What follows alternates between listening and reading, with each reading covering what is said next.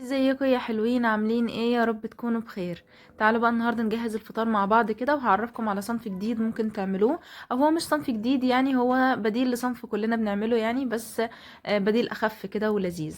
هعمل النهارده مكرونه سباجيتي، وهعمل كمان سمبوسه كدابه، وهعمل جنبها شويه كبده كده وطحينه وحاجات. تعالوا مع بعض اخدكم واحنا بنعمل الاكل ده. اول حاجه بدات بيها عملت المكرونه. انا بعمل الصلصه بتاعه المكرونه بالبصله. قولوا لي بتحبوها اكتر بالبصله ولا بالثوم؟ انا يعني مره بعملها كده ومره كده. بعد كده ابتديت اجهز الحشوه اللي هحشي بيها السمبوسه. حطيت فلفل اخضر متقطع، وجبنه رومي مبشوره، وجبنه موتزاريلا، وكمان شويه زيتون. انا بحب الحشوه دي جدا، وهي الحشوه بتاعه الجلاش بالجبن بالنسبه لي. يعني يا اما كده يا اما بضيف عليها طماطم لو هعملها في جلاش يعني.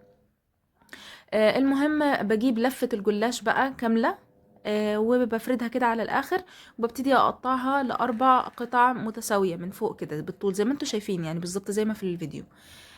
بتبقى شكلها زي السمبوسة بالظبط. باخد شريحتين شريحتين، مش شريحة واحدة عشان بتبقى خفيفة.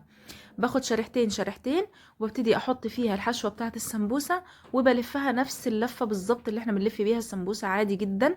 والحتة اللي قفلت عليها بحطها في الصينية. انا دهنت الصينية بسنة زيت، وكمان هبقى ادهن الوش بتاعها من فوق بزيت، وخلاص على كده.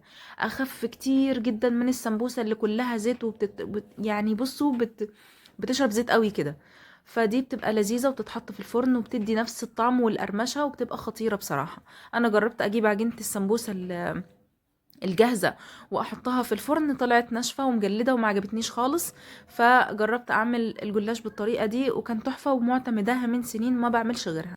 بصوا بقى، هنا اخدت الحاجة بتاعتي وطلعت كده. المفروض ان انا اقعد في مكان مريح علشان الفهم كده قدام التلفزيون بقى واستمتع بوقتي، لان انا كنت خلصت معظم الحاجة اللي ورايا. بس طبعا زي ما انتوا شايفين المعاناة اللي حصلت، انا جايبه لكم المقطع ده مخصوص عشان تعذروني وتحسوا بيا.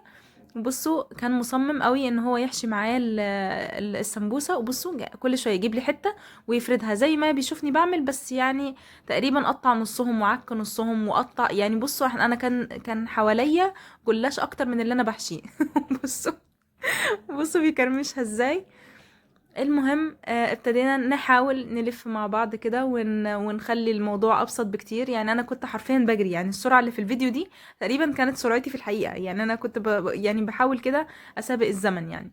المهم اديت له واحده، بصوا حشاها ازاي. سبتها له والله، اللي حشاها دي سبتها له وسويتها زي ما هي كده علشان يحس بانجازاته. وعايزه اقول لكم ما دقش ولا واحده منهم في الاخر اصلا بعد كل العك اللي عكه ده. المهم فضلت احشي كده في السمبوسه لحد ما خلصت الكميه كلها. يعني الكميه دي عملت لي صينيه كده، الصينيه الكبيره اللي انتوا شايفينها دي. وعملت كمان خمس وحدات كده في صينيه مدوره. وباقي العجينه، باقي الورق بتاع الجلاش اللي فضل، رحت طبقته كده في الورقه بتاعه الجلاش وشلته في الفريزر. هعمل بيها مره تانية، هعمل بيها ام علي يعني. هبقى اوريكم كمان الطريقه. المهم كان صلصة المكرونة جهزت، ودي الكبدة عملتها يعني برا الكاميرا. لو عايزين الطريقة قولولي برضو اعملها معاكم.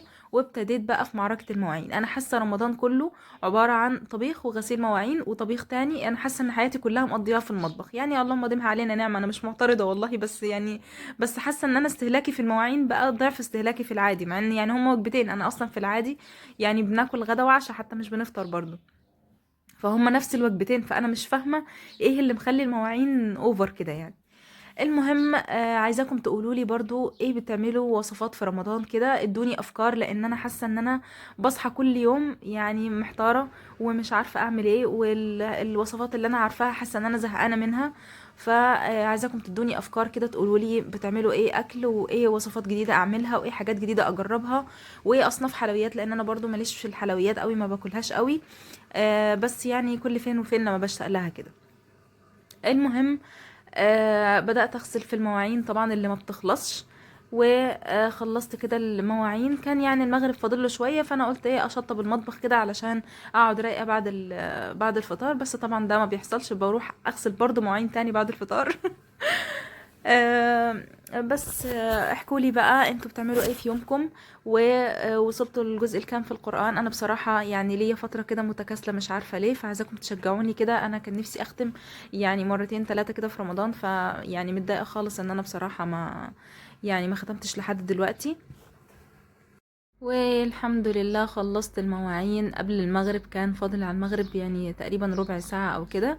وابتديت بقى اجهز في الاكل، يعني حطيت الصلصة على المكرونة في الاخر خالص عشان ما بحبهاش احطها من الاول واسخنها، بتعجن كده. بصوا السمبوسة كانت طالعة مقرمشة وكانت خطيرة بجد. دي كانت سفرتنا النهاردة. اتمنى تكون عجبتكم، واتمنى تجربوا طريقتي وتقولوا لي برضو تجربتكم ايه معاها. وكده الفيديو بتاعنا يكون انتهى، وباي باي.